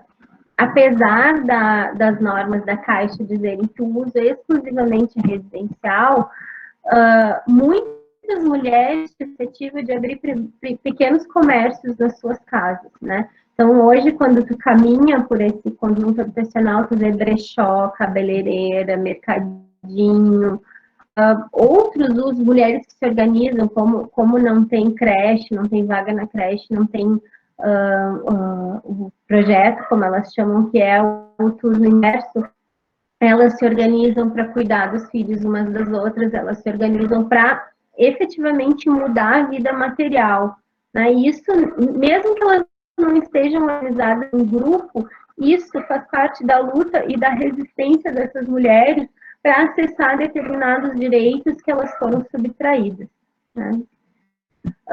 Então, as mulheres empobrecidas e moradoras da periferia, elas têm já a posição de exclusão de gênero intrínseca ao feminino, né? Que a gente já falou, a cidade ela é masculina, ela é pensada para o homem, e elas ainda sofrem as consequências de estarem segregadas e precisarem utilizar os serviços públicos de uma maneira muito mais intensa do que, por exemplo, uma mulher de classe média. Eu tenho carro, meu filho tem acesso a um plano de saúde, eu posso pagar determinados serviços e bens urbanos que uma mulher empobrecida e moradora da área periférica não tem condições, né? Então, elas têm essas consequências de uma forma ainda mais visível no seu cotidiano, né? A questão da exclusão de gênero, né? Muitas vezes a gente pode ter a falsa ideia de que mulheres já sobrepujaram, já ultrapassaram essa realidade, mas se a gente pegar pesquisas muito recentes esqueci agora o nome da... Enfim, daqui a pouco vem. Pesquisas bem recentes a respeito do uso da cidade pelas mulheres mostram que, por exemplo, 40% das mulheres têm medo de andar no espaço urbano, 70% das pessoas acham que a roupa das mulheres é motivo para ela ser estuprada, ou o lugar onde há, em determinada hora, se está sozinha ou não, é motivo para ela ser estuprada ou assediada, né? A quantidade de mulheres que deixa de fazer alguma coisa por causa do medo de frequentar determinado espaço em determinada hora, ou de usar determinada roupa. Essa construção de que ela não pertence ao espaço público, a frequentar o espaço público a trabalho é uma concessão que é dada às mulheres, né? As mulheres, o lugar das mulheres é o espaço privado da casa. O lugar do homem é o espaço público. Então, a gente vê, por exemplo, uma notícia de uma menina que estava com uma amiga e foi assassinada, e na manchete diz que essa menina estava sozinha. As duas meninas estavam sozinhas em determinado lugar. Só que se elas estavam uma com a outra, elas não sozinhas. O que fica implícito nesse discurso? Está implícito que se elas estavam uma com a outra sem a presença de um homem, elas estavam sozinhas. Por quê? Porque quem pertence ao espaço público são os homens, e não as mulheres. Então, se elas estão uma com a outra, elas estão sozinhas no espaço público. No lugar onde eu trabalho, muitas das mulheres, quando desejam, principalmente para o lazer, elas precisam que algum homem acompanhe o irmão, o pai, acompanhe elas da porta do apartamento até a porta do conjunto habitacional, que é o plano. Elas possam sair em segurança, porque nesse momento, se elas não estão trabalhando, elas não são vistas como pertencentes e merecedoras de usar esse espaço urbano. O que estava fazendo na rua essa hora? O que estava fazendo na rua com essa roupa? Agora, recentemente, a gente tem o caso do estupro daquela menina que estava numa festa luxuosa, drogada e estuprada, e o estuprador foi absolvido. Por quê? O que ela estava fazendo nessa festa, nessa hora, com essa roupa? Porque aquele ali não é um lugar de mulher, é um lugar público, é um lugar de homem. Se ela estava ali, se ela escolheu estar ali, ela está sujeita à violência. Eu vou pular aqui algumas citações que eu coloquei, depois eu vou disponibilizar esse material para quem quiser dar uma olhada. E aí eu coloco, então, toda essa dinâmica da cidade feminina e começo a olhar em termos de biopolítica, né? Começo a olhar a partir de controle de corpos, mecanismos de controle de corpos, né? E aí, a política habitacional, ela acaba sendo um grande mecanismo de controle de corpos, porque ela está determinando os corpos vão morar e frequentar quais lugares, né? E aí, ela segue essas políticas urbanas, elas acabam seguindo uma ideia meio higienista, ou completamente higienista, de que determinados corpos de determinados tipos não merecem ou não devem frequentar determinados lugares. Então, os corpos desejáveis, eles são corpos que não devem estar no centro da cidade, né? No cartão postal da cidade, no espaço mais valorizado, no espaço onde as famílias frequentam, no espaço onde as pessoas que têm dinheiro e acesso conseguem controlar, a partir do Estado, a partir da política pública habitacional, do lugar de moradia, é possível controlar esses corpos para que eles não frequentem e continuem não pertencendo a determinados espaços. Então, nesse aspecto, a política pública está funcionando como um dispositivo de controle dos processos da vida, né? Quem vai viver aonde, de que forma. E aí, nesse contexto, o corpo feminino, eu já falei que não pertence ao espaço público, ele é duplamente marcado e controlado. Primeiro, pela própria condição de gênero, e segundo, pela condição de esquadrinhamento da política pública habitacional ou das políticas públicas sociais em geral. A gente tem no Brasil, por exemplo, condicionamento do acesso às políticas públicas sociais e habitacionais, a perpetuação do papel feminino de cuidadora. Então, a gente tem, por exemplo, tu pode acessar, pode ser... A gente tem a preferência pela titularidade feminina nas políticas públicas sociais e habitacionais, porém, essa titularidade ela está sujeita à mulher manter a carteira de vacinação dos seus filhos em dia, manter seus filhos na escola, manter uma série de cuidados que reforça, então, essa situação de gênero, né? No que diz respeito às mulheres de baixa renda, além da dinâmica dos papéis de gênero socialmente impostos, ela ainda tem a lógica de controle dos corpos imposta pelo capital, né? Através de políticas públicas que também se impõem sobre a sua idade reprodutiva, né? Por exemplo, como ela mantém o próprio corpo, o corpo dos filhos, onde ela mora, quem deve se reproduzir, quem não deve se reproduzir, quanto deve ter, aquela falácia que a gente escuta, tem tantos filhos para viver de Bolsa Família, porque é cômodo, coisas que não existem, né? Até o tipo de acesso que tem à contracepção, à saúde reprodutiva, tudo isso é determinado por essas políticas públicas do Estado que controlam esses corpos e determinam onde esses corpos devem viver, como devem se reproduzir, como devem viver. Então, o poder de determinar esse controle se chama biopoder, é um conceito trazido também pelo Foucault, né? Essa imagem é ótima, né? Proibido fazer programa, rua familiar. Essa imagem eu acho muito boa.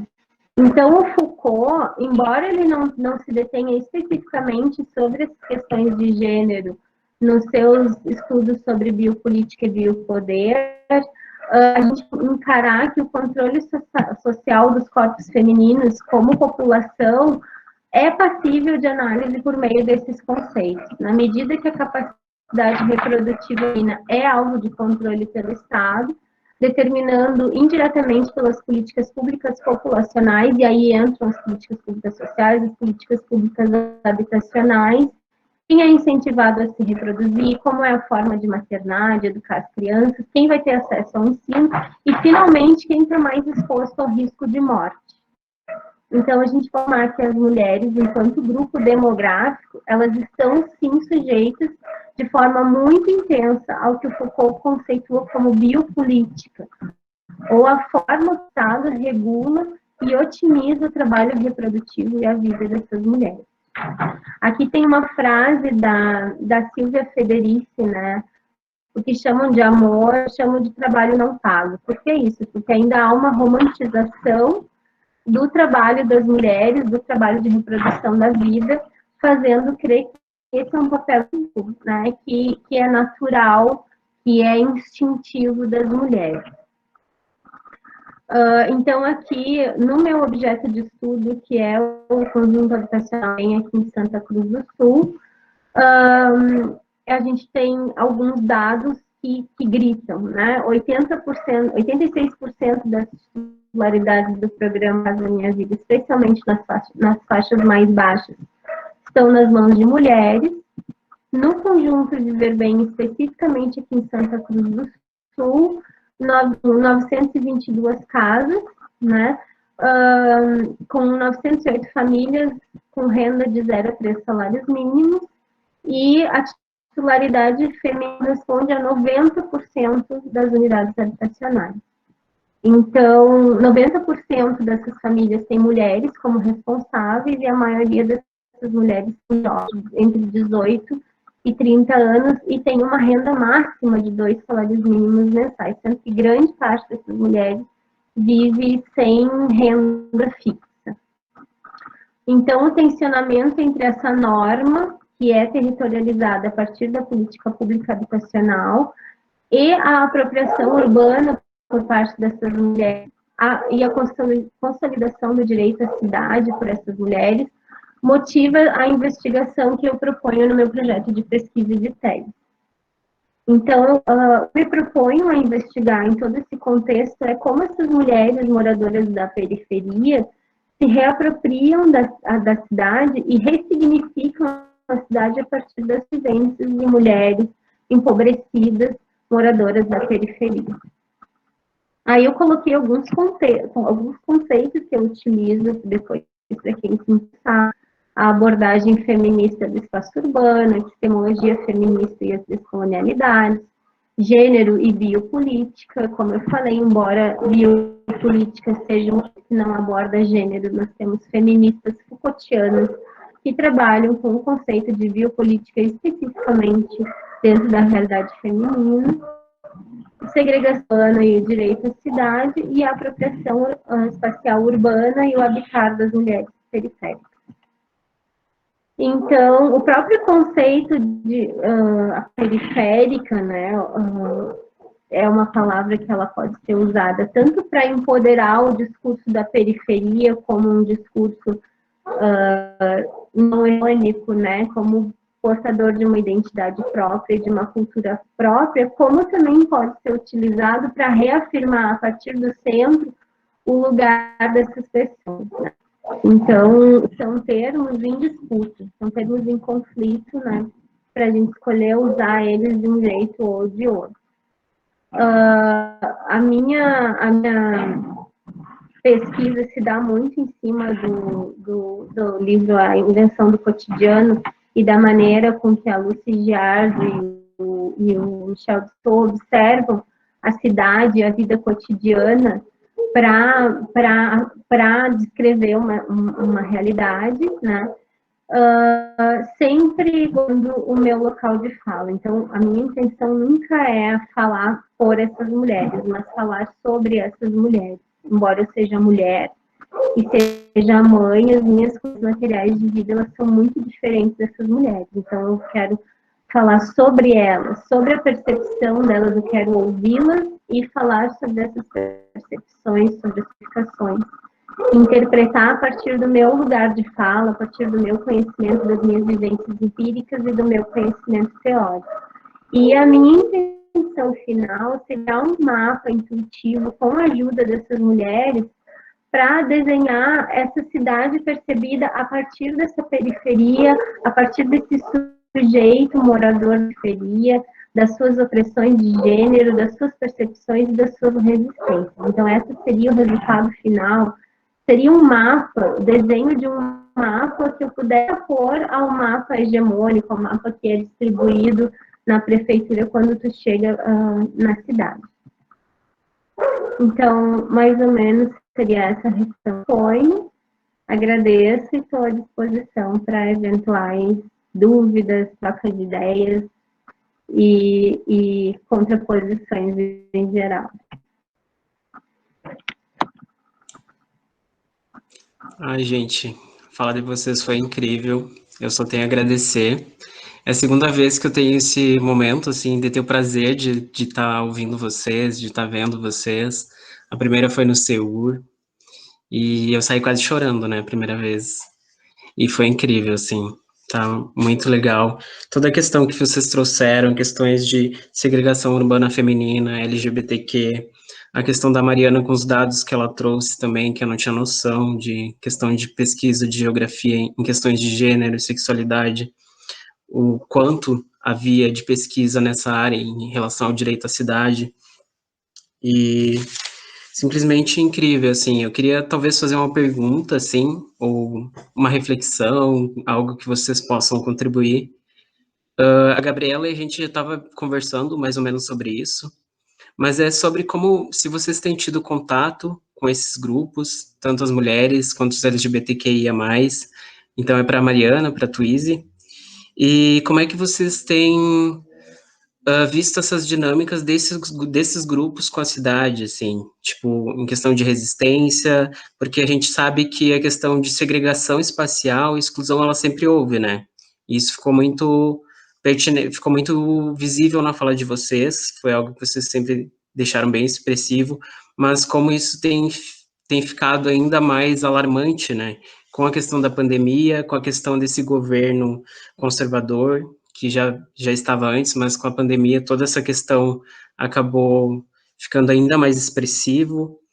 A questão da vulnerabilidade, né, desses grupos, e questão da mulher de violência doméstica, questão de LGBTQ também em relação à violência, né, com a família, e as ruas também, né.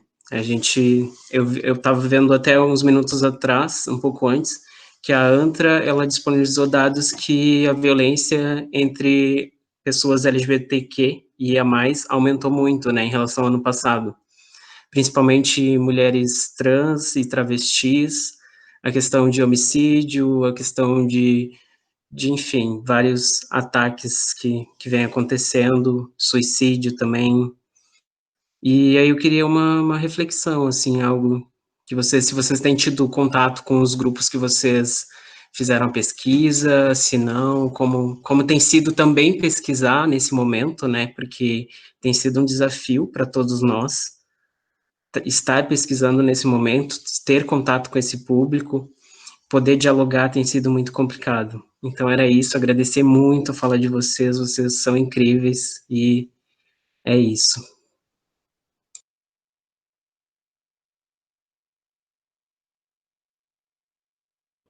Tu quer ir primeiro? Não estou escutando, acho que o microfone está fechado. Pode ser. Então vai, amiga, depois eu falo. Eu acho que sobre especificamente ter contato com essas pessoas nesse momento, a gente tá bem difícil, né? Eu, por exemplo, eu sou mãe solo, né? Eu moro sozinha com meu filho e estou em isolamento social. Estou em casa, trabalhando de casa, com meu filho tendo aula de casa, mas eu tenho contato remoto com essas pessoas. E por mais que eu conheça, trabalhe lá nesse lugar desde 2016 e conheça parcialmente a realidade deles, quando eu fico sabendo de notícias sobre como elas estão enfrentando esse momento, eu fico chocada. Porque a gente não vê, sabe? Não tem, não enxerga. É uma população invisibilizada, que não está na mídia, que a gente não enxerga o que está acontecendo. Né? Fome, desemprego, uma condição de desigualdade, de vulnerabilidade que tem sido exacerbada pelas questões do Covid. Grande parte dessas mulheres trabalhavam em empregos informais, como eu já falei, de diarista, de faxineira, e grande parte delas foi dispensada. Nós tivemos um corte gigantesco desde o governo Temer no Bolsa Família, e muitas dessas mulheres que dependiam do Bolsa Família se sustentar perderam, né, o acesso. O recadastramento e o acesso à forma de obter novamente esse recurso é muito difícil, é fora da realidade. Da mesma forma, o auxílio emergencial, né, exigem aplicativos, exigem acesso à internet, exige acesso ao celular e exige um determinado conhecimento de informática que é confuso, que é difícil e que essas pessoas não estão acessando, não conseguem acessar. Não conseguem acessar essas políticas públicas. O que me leva a uma reflexão de que essas políticas públicas não são para esse público. Né? Eu tenho refletido muito desde o início da pandemia sobre como os corpos femininos e os corpos dissidentes, digamos assim, os corpos que não são heteronormativos e os corpos femininos têm sido tratados como os descartáveis, né? Eu faço sempre uma ligação com a necropolítica, com o conceito de necropolítica e o conceito de biopolítica. Falando especificamente das mulheres, a gente tem que considerar que as mulheres, além de ser o maior contingente de trabalhadoras da saúde, nos postos mais precarizados, as mulheres são a maior parte das enfermeiras, são a maior parte das auxiliares de enfermagem, são a maior parte das feiras, das cozinheiras, dos hospitais, que estão expostas nesse momento à contaminação. A gente também tem as mulheres ocupando a maior parte dos empregos pregados de atendente de loja, de faxineira nos comércios, de cozinheira nos restaurantes. Então, quando se fala em flexibilização, falando mais uma vez de colocar essas mulheres numa linha de frente, né, nesse contexto de Covid, são as mulheres e também as cuidadoras dos idosos e das crianças. Então, quando tu fala nos idosos serem grupo de risco, que agora já nem se fala mais, né, grupo de risco do mundo, mas quando tu fala de idosos com uma série, ou doentes com uma série de comorbidades, tu tá falando das mulheres que cuidam dessas pessoas também. Quando tu tá falando de crianças que não vão à escola, e que não tem acesso à creche nesse momento, tu está falando de mulheres, das mulheres que cuidam dessas crianças, que não estão acesso à escola. E se tu fala também numa flexibilização e numa volta às aulas, tu está falando também de mulheres, que são a maioria das professoras no ensino fundamental, né? A maior parte dos nossos idosos no Brasil são mulheres, não sei se vocês sabiam.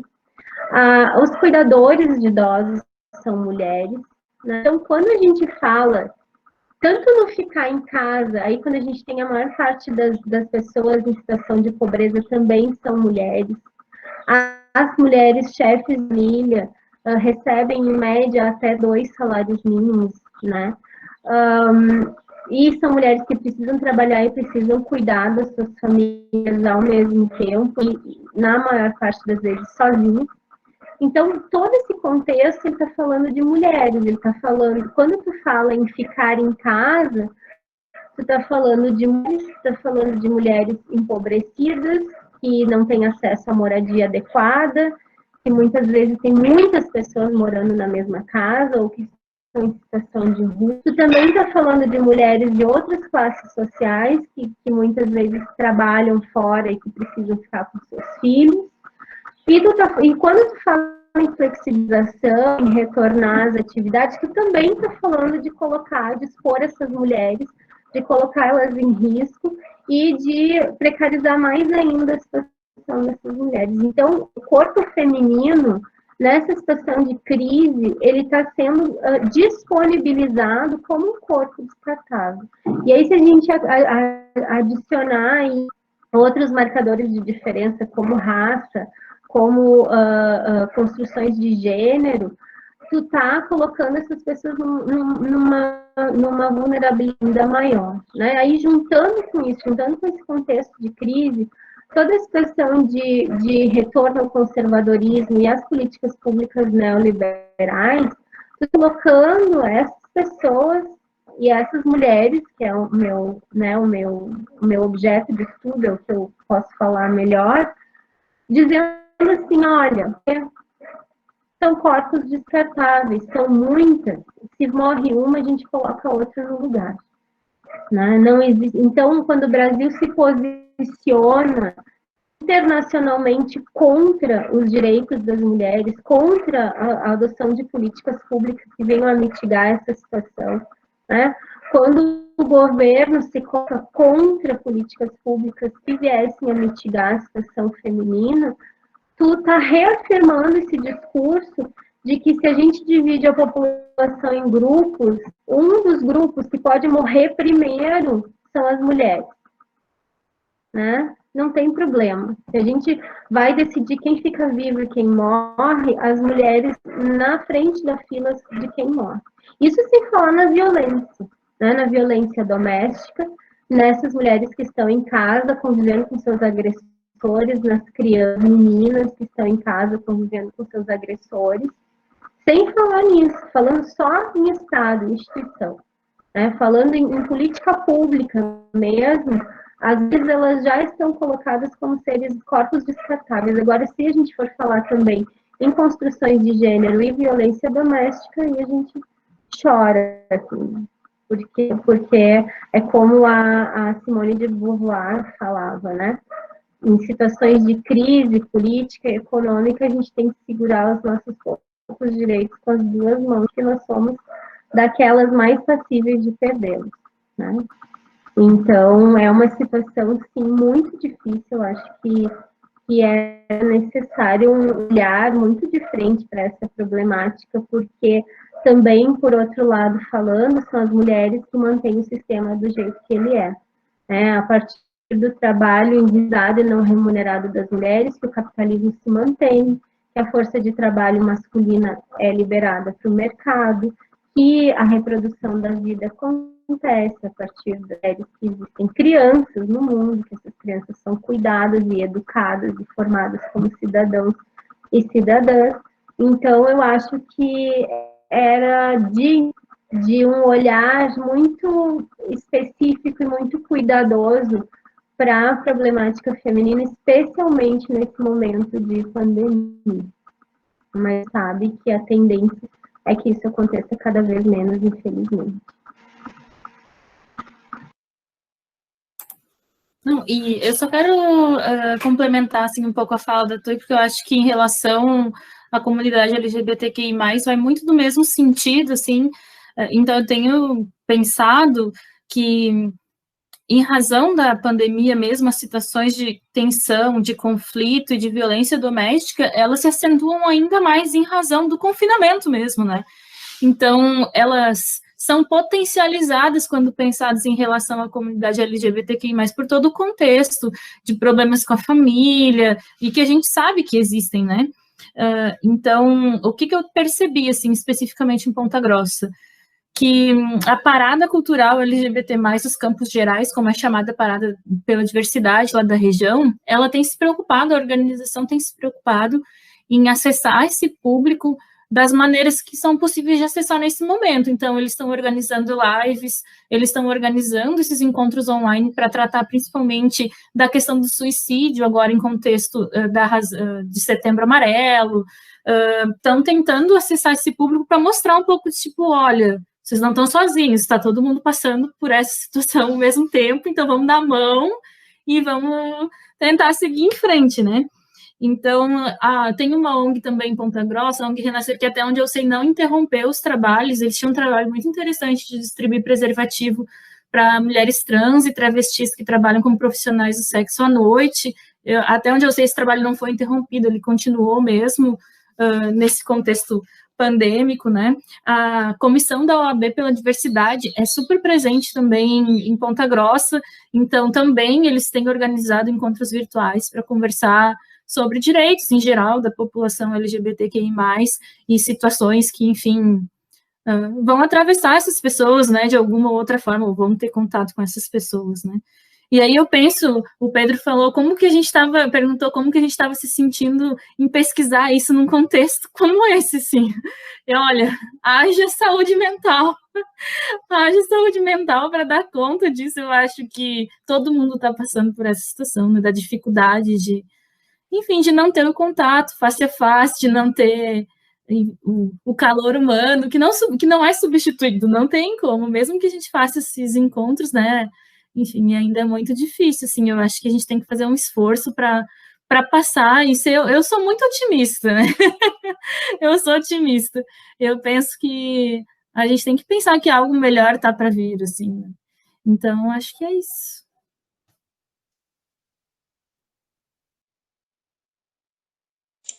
Ai, gente, agradeço muito. Muito obrigado, sério. Incrível, gostei muito. Acabei pegando vários referenciais, muito conteúdo, muito material, muitas reflexões. E agora eu vou passar para a Gabriela. Não sei se ela quer fazer alguma pergunta, trazer algum diálogo. Olha, eu acho que a minha dúvida era muito naquilo que tu colocou ali, que era essa questão da pandemia, né? Saber como vocês estavam acessando também as pessoas, porque parece que mudou tudo, né? Mudou totalmente a forma de pesquisar. Então, eu agora entrei no mestrado em Sociologia esse ano e meio que tenho os meus surtos, né? Como é que eu vou fazer pesquisa agora e tal. Mas foi muito bom ouvir vocês, ouvir o conteúdo. E vai ser útil para mim, até para a minha construção do meu projeto, porque eu quero trabalhar com mulheres no mercado informal aqui em Pelotas. Então, são considerações que se relacionam e são importantes. Eu acho que esse espaço aqui para diálogo é importante para isso também, né?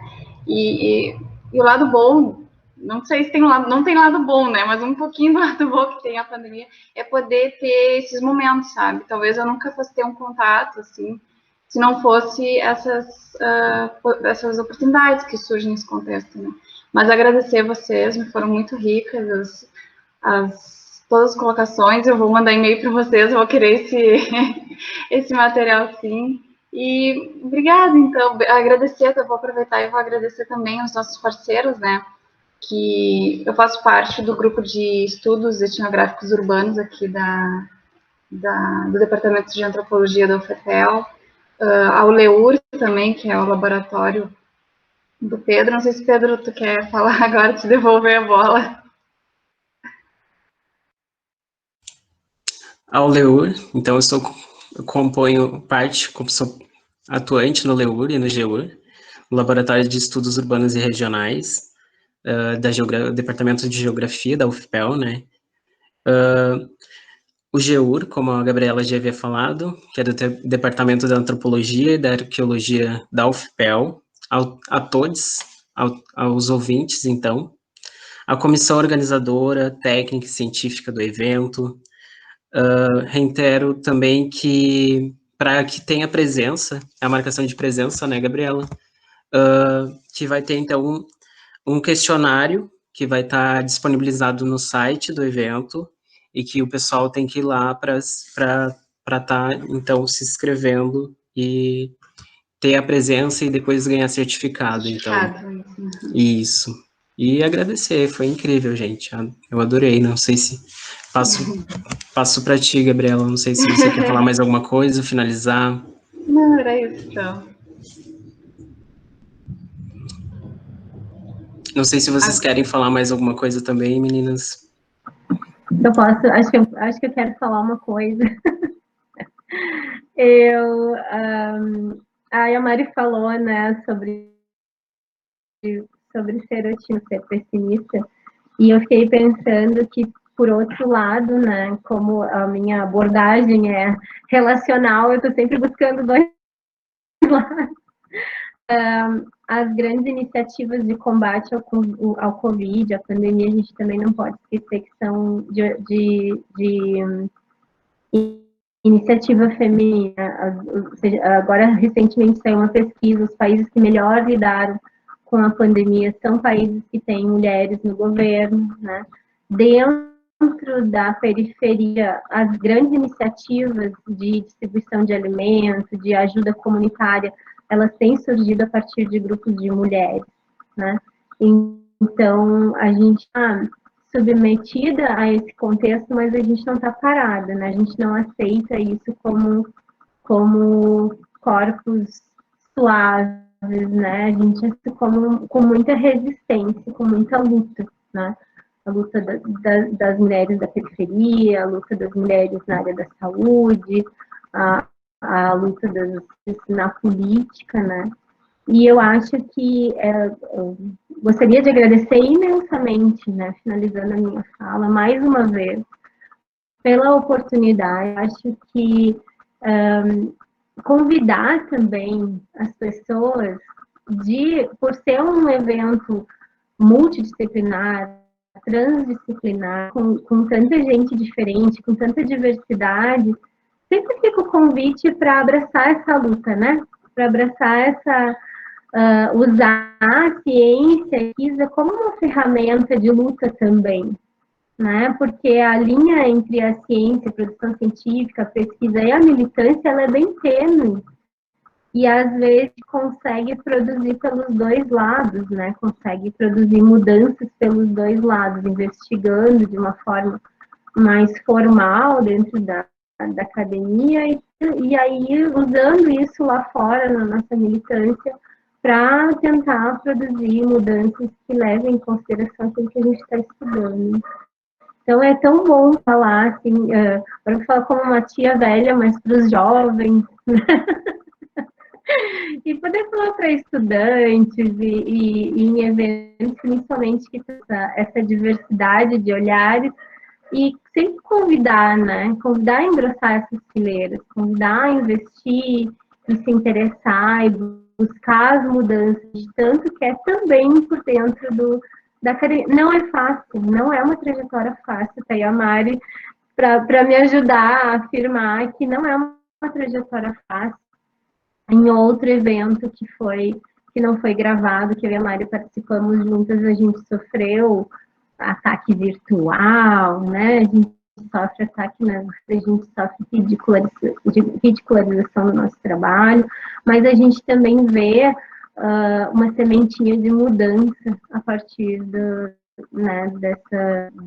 grupo de pessoas que investe, né? Também por dentro da academia, né? Também quebrar paradigmas, também chutar as portas da academia, impor o nosso trabalho, impor a nossa visão de mundo.